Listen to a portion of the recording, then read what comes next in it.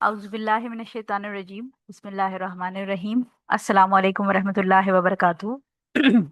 आज हम हदीस नंबर 10 कवर करेंगे, जो कि बहुत ही सादी येट बहुत पावरफुल हदीस है। और इसका जो थीम है वो नमाज के इर्द गिर्द रिलेटेड है, यानी बाजमात नमाज की फजीलत। इसके अलावा नमाज से पहले जो हम वज़ू करते हैं, नमाज के लिए चल के मस्जिद की तरफ जाते हैं, नमाज पढ़ने के बाद जो हम बैठ के जिक्र अस्कार करते हैं, कुरान पाक पढ़ते हैं, उन सब की बारे में वर्चूज इसके अंदर कंबाइन कर दिए गए हैं। तो हदीस हम देख लेते हैं। हज़रत अबू हुरैरा रजी अल्लाह ताला अन्हो से रिवायत है कि रसूल सल्लल्लाहु अलैहि वसल्लम ने फरमाया, आदमी की जमात के साथ पढ़ी हुई नमाज इस नमाज से कुछ ऊपर 20 दर्जे ज्यादा फजीलत रखती है, जो वो अपने बाजार या घर में पढ़ता है। इसलिए कि जब कोई शख्स अच्छे तरीके से वजू करता है, फिर नमाज के इरादे से मस्जिद में आता है, इसे नमाज ही मस्जिद की तरफ ले जाती है, तो ऐसे शख्स के हर कदम के बदले एक दर्जा बुलंद और एक गुनाह माफ होता है। ता वक्त ये कि वो मस्जिद में दाखिल हो जाता है। फिर जब वो मस्जिद में दाखिल हो जाता है, तो जब तक नमाज उसको वहां रोके रखती है, वो नमाज में ही शुमार होगा। यानी इसका मतलब है कि यानी जमात के इंतजार में या जिक्र इलाही में मसरूफ जब तक मस्जिद में रहेगा, वो अल्लाह के यहाँ नमाज की हालत में समझा जाएगा।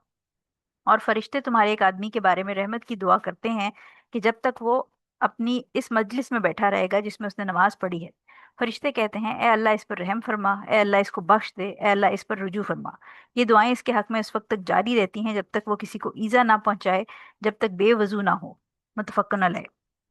अब इस हदीस के अंदर जो कॉन्ग्रीगेशनल सलाह है, यानी जो नमाजें जो इकट्ठी बाजमात नमाज है, उसको 20 टाइम्स ग्रेटर या बेटर कहा गया है अकेले घर में नमाज पढ़ने से। लेकिन कुछ और अहादीस हमारे पास मौजूद हैं जिसमें 25 से 27 गुना बेहतर इसको करार दिया गया है। तो यानी ओवरऑल जो 20 या 25 या 27% जितना भी है, उसके हिसाब से हमें ये पता है कि ये मल्टीपल टाइम्स जो अकेले, स्पेशली मर्द हजरात के लिए तो ये बहुत जरूरी है।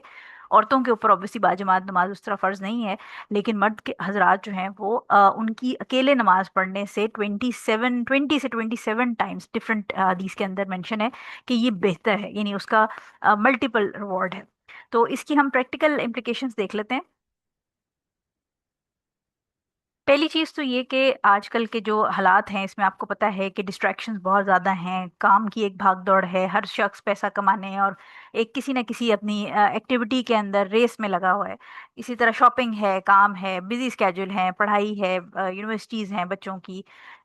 यंग स्टूडेंट्स हैं, लोग एंटरटेनमेंट का इतना ज़्यादा है, फिल्में गाने हर चैनल के ऊपर आप देखें, टीवी के ऊपर इतने चैनल्स अवेलेबल हैं। तो डिस्ट्रैक्शंस बेहद हैं। इसलिए इस डिस्ट्रैक्शन के टाइम में हम बीइंग मुस्लिम्स हमारे लिए और मुश्किल होता जा रहा है कि हम नमाज को, यानी जो 5 टाइम्स अ डे हमने अल्लाह ताला की बारगाह में हाजिर होना है, अपनी अटेंडेंस लगानी है, उसके सामने अपने आप को पेश करना है, जिसे खड़े होना है आपने। तो वो चीज़ मुसलमानों के लिए बड़ी टेक्निकली मुश्किल होती जा रही है, बिकॉज डिस्ट्रैक्शंस बहुत ज़्यादा हैं। तो सबसे पहली चीज़ ये कि हम बीइंग मुस्लिम हमें हर तरह से ये एफर्ट करनी चाहिए कि जो मर्द हजरात हैं वो तो मॉस्क ज़रूर जाएं, यानी मस्जिद ज़रूर जाएं, अटेंड करें। वो चाहे आपके स्कूल कॉलेज के अंदर मस्जिद है, चाहे वो आपके ऑफिस के अंदर मुसल्ला है, या उसके इर्द गिर्द कहीं मस्जिद अवेलेबल है, तो ज़रूर अटेंड करें। और स्पेशली शाम के वक्त जैसे घर आ जाते हैं तो फिर तो इतना कोई मसला नहीं है, ऑफिस में या स्कूल्स में ही ज़्यादा मसला होता है। तो स्पेशली मर्द हजरात के लिए मस्जिद वो ज़रूर जाएं, इत्माम करें। दूसरी इंपॉर्टेंट चीज़ ये है कि अगर आपकी मस्जिद बहुत ज़्यादा दूर नहीं है, यानी इतनी है कि आप कंफर्टेबली और आपकी सेहत भी इजाज़त देती है, तो मस्जिद की तरफ, क्योंकि पैदल चलने के ऊपर यहाँ पर रिवॉर्ड का जिक्र किया गया है कि हर कदम के ऊपर आपको एक नेकी लिखी जाती है, एक दर्जा बुलंद किया जाता है और एक गुनाह माफ़ कर दिया जाता है। तो अगर तो आपकी सेहत इजाज़त देती है और मस्जिद जो है वो आपके विसिनिटी में है, करीब में है, तो ज़रूर पैदल जाएं बजाय इसके कि आप ड्राइव करके जाएं। क्योंकि आजकल हम ये देखते हैं कि मस्जिद मस्जिद जो है वो पिछली गली में या दो गली छोड़ के भी होती है, तो लोग प्रेफर करते हैं कि बाइक पे या गाड़ी पे मस्जिद चले जाएं बजाय इसके कि पैदल जाएं। तो इस रिवॉर्ड को मर्द हजरात ने ज़रूर याद रखना है कि मस्जिद अगर आपकी रीचेबल डिस्टेंस पे है, यानी जैसे बाहर के मुल्कों में तो बहुत दूर दूर होती हैं, यूजुअली जो मुस्लिम कंट्रीज़ हैं या इवन इंडिया वगैरह में भी जहाँ पर मुस्लिम डेंस पॉपुलेशन है, वहाँ पर आपको मस्जिदें बहुत सारी मिलती हैं। तो कोशिश ये करें कि पैदल चल के जाएं बजाय इसके कि ड्राइव करके जाएं। तीसरा पॉइंट इसके अंदर याद ये रखना है आपने कि जो वजू है, सबसे पहले ऑब्वियसली हम वजू करते हैं नमाज से पहले। तो वजू जो है वो अक्सर इस तरह होता है कि हमारा ध्यान कहीं और होता है, हम 100 बातें सोच रहे होते हैं, घर के काम, खवातीन सोचती हैं अच्छा खाना चढ़ाया हुआ है चूल्हे के ऊपर, मशीन में कपड़े डाले हुए हैं, मर्द हजरात अपने कोई बिजनेस के पॉइंट ऑफ व्यू में बिजी होते हैं, स्टूडेंट्स जो है वो सोच रहे होते हैं अच्छा मैंने नमाज पढ़ के अब ये वाला चैप्टर खत्म करना है। तो अक्सर वजू हम बेध्यानी में करते हैं। सो इसमें हमें ये बताया गया है कि आप जब वजू करें, यानी घर अगर आप जमात से पढ़ने जा रहे हैं तो घर से निकलने से पहले वजू कर रहे हैं, अगर आप घर में पढ़ रही हैं तो उससे पहले भी वजू करिए, तो अपने वजू को रश ना करें, यानी उसमें میں بہت جلدی جلدی نہ کریں، تسلی سے آپ، کیونکہ آبویسلی ہمیں بہت ساری اور حدیث بھی ملتی ہیں جس کے اندر جو وضو کا چیپٹر اگر آپ بلوغ المرام میں سنیں تو اس کے اندر آپ کو بہت سارے ورچوز ملیں گے کہ جب آپ اچھے سے وضو کرتے ہیں تو ایسا ہے جیسے آپ کے جو ان ہاتھوں سے کیے ہوئے گناہ ہیں، یا جو آپ جب آپ منہ میں پانی ڈالتے ہیں تو یہ سارے جو آپ کے سنز ہیں وہ ایک طرح سے واش ہو رہے ہوتے ہیں. تو اس لیے آپ وضو کو بہت تسلی سے کریں، اور آپ یہ دیکھیں گے کہ جب آپ وضو تسلی سے کریں گے تو آپ کا برین خود بخود وائر ہو جائے گا کہ اب میں نماز پڑھنے جا رہا ہوں، تو آپ کا جو نماز کے اندر خشوع ہے وہ بہتر ہونے لگ جائے گا. تھرڈ پوائنٹ اس میں یہ ہے کہ کوشش کریں جو لوگ مسجد میں جا کے پڑھ رہے ہیں مرد حضرات، وہ اگر تھوڑا سا ٹائم پہلے مسجد پہنچ جائیں تو اس کے لیے آپ جب مسجد میں انٹر ہوں گے تو تب سے آپ، کیونکہ آپ کی نیت یہ تھی، اگین کیونکہ ہم چیپٹر نیتوں کا پڑھ رہے ہیں تو آپ کی نیت یہ تھی کہ میں نماز کے لیے آیا ہوں. یا خواتین جو ہیں وہ جیسے اگر ظہر کے نماز کا ٹائم 1 بجے اور وہ پہلے سے وضو کر کے اگر 1 بجنے 5 یا 10 منٹ پہلے سے مصلی پہ بیٹھ جائیں گی اس انتظار میں، تو انشاءاللہ آپ کو اس حال یعنی جو مسجد کا ہے اوبیسلی کیونکہ مرد حضرات تو مسجد میں، جب آپ مسجد میں انٹر ہو جائیں گے اس نیت سے یا مصلی پہ بیٹھ جائیں گی تو انشاءاللہ وہ جو آپ کا ٹائم ہے وہ عبادت میں کاؤنٹ ہونا شروع ہو جائے گا.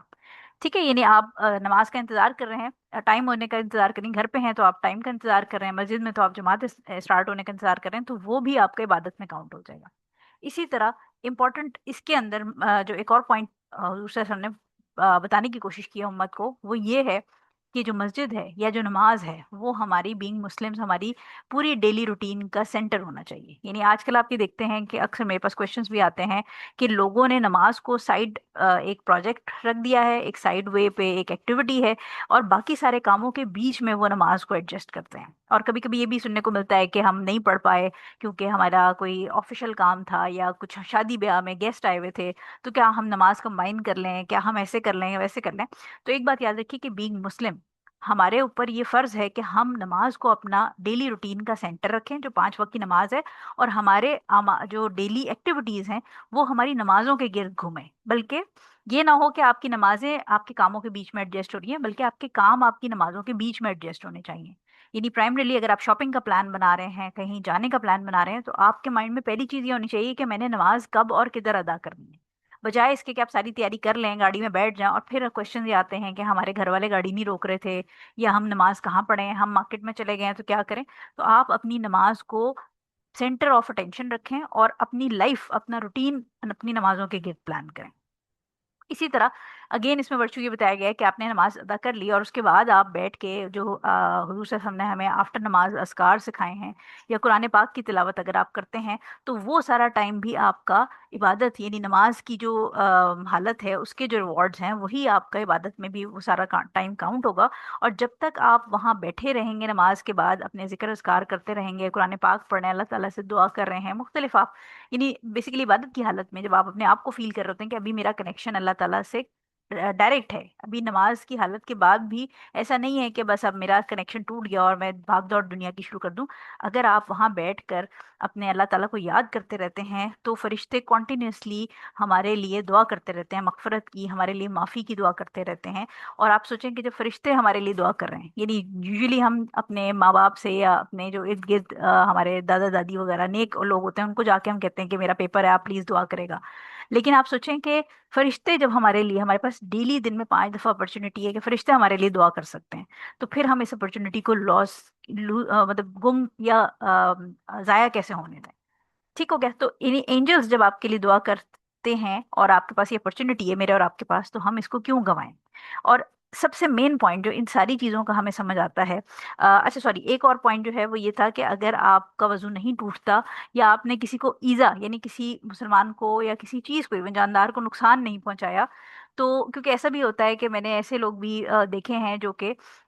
جیسے ہی نماز پڑھ کے فارغ ہوتے ہیں تو پھر وہ گوسپ شروع کر دیتے ہیں. خواتین اسپیشلی گھر میں ہوتی ہیں تو کسی کا فون آ گیا ساتھ ہی، یا کسی کو کچھ برا بھلا کہہ دیا، کام والی کو میڈ کو کچھ کہہ دیا. ٹھیک ہے، تو یہ جو ہے یعنی جب تک آپ اپنے آپ کو عبادت کی حالت میں سمجھیں گے، کسی کو نقصان نہیں پہنچائیں گے یا آپ کا وضو نہیں ٹوٹے گا، تب تک فرشتے آپ کے لیے دعا گو رہیں گے. اور اس پوری جو حدیث ہے اس کے اندر سب سے مین پوائنٹ یہ ہے کہ اسلام صرف آپ کو عبادت کا ثواب نہیں دیتا، بلکہ obviously جو آپ نے نیت کی، جس وقت سے آپ نے نیت کی عبادت کی اس وقت سے آپ کا ثواب سٹارٹ ہو جائے گا. پلس یہ کہ وہ سارے کام جو آپ اس عبادت کو پورا کرنے کے لیے سر انجام دیتے ہیں ان کا بھی آپ کو ثواب ملتا ہے. یعنی ऑल दोज एक्ट्स जो कि लीड करेंगे आपको, जो आपको रास्ता दिखाते हैं इबादत की तरफ जाने का और इबादत करने का, वो सारे रास्तों से भी आपको, यानी वजू जो है वो इट सेल्फ आपको यानी आप अगर नॉर्मली भी वजू की हालत में रहते हैं तो ये आपके लिए इबादत है, क्योंकि आप अल्लाह ताला की एक बताई हुई चीज़ अपने आप को पाक हालत में रख रहे हैं।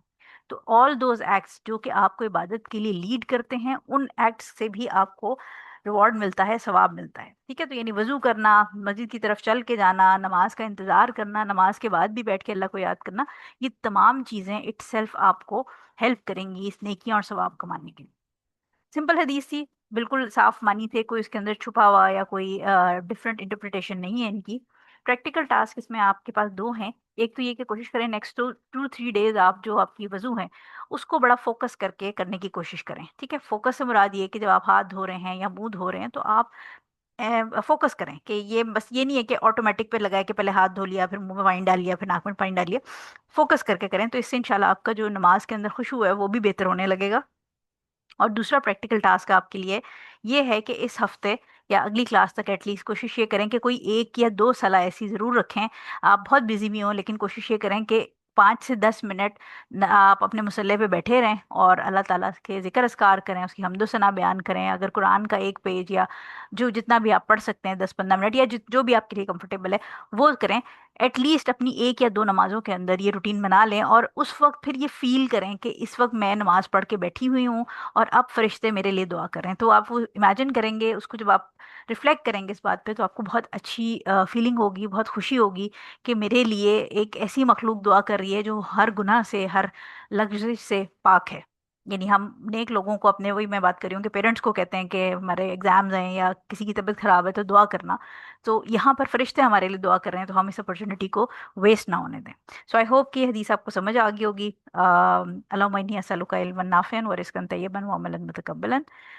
सुब्हानक अल्लाहुम्मा व बिहम्दिका अशहदु अल्ला इलाहा इल्ला अंता अस्तगफिरुका व अतूबु इलैक। अस्सलामु अलैकुम व रहमतुल्लाहि व बरकातुहू।